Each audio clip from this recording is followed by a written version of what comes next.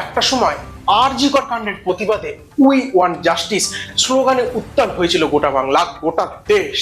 সেই প্রতিবাদের কথা লেখা ছিল বর্ধমান মেডিকেল কলেজের দেওয়ালেও।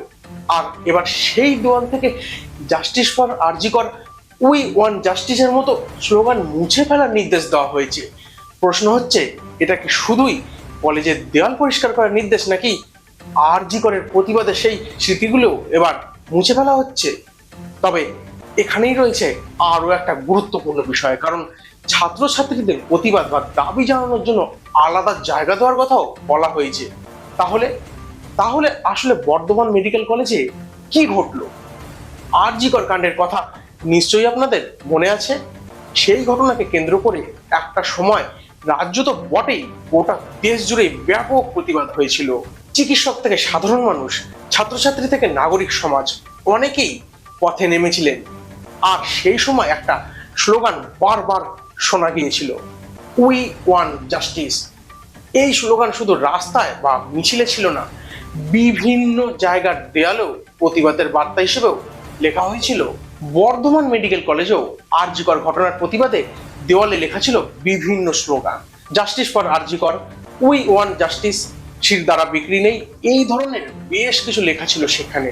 আর এবার সেই দেওয়ালগুলি পরিষ্কার করে সাদা রং করার নির্দেশ দেওয়া হয়েছে বলে খবর সামনে এসেছে। স্বাস্থ্যমন্ত্রী doctor Sarada Mukhopadhyay Bardhaman medical college পরিদর্শনে গিয়ে দেওয়াল জুড়ে এই লেখাগুলি দেখতে পান।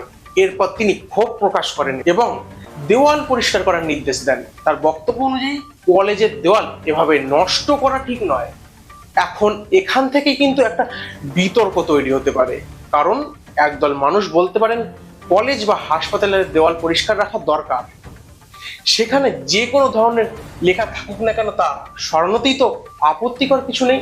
কিন্তু অন্যদিকে একটা প্রশ্ন উঠতে পারে, এই লেখাগুলি তো শুধুমাত্র সাধারণ কোনো লেখা ছিল না, এগুলি একটি বড় ঘটনার প্রতিবাদেরও তো প্রতীক। তাহলে প্রশ্ন হচ্ছে, দেওয়াল পরিষ্কার করা আর প্রতিবাদের স্মৃতি মুছে দেওয়া, এই দুটোর মধ্যে পার্থক্য কোথায়? তবে এখানেই আরো একটি গুরুত্বপূর্ণ বিষয় রয়েছে। পরবর্তীতে ছাত্র প্রতিনিধিদের সঙ্গে বৈঠক করার পর স্বাস্থ্যমন্ত্রী জানিয়েছেন, ছাত্রছাত্রীদের দাবি, বক্তব্য বা প্রতিবাদের জন্য আলাদা একটি দেওয়াল বা নির্দিষ্ট জায়গা করে দেওয়ার কথাও ভাবা হচ্ছে।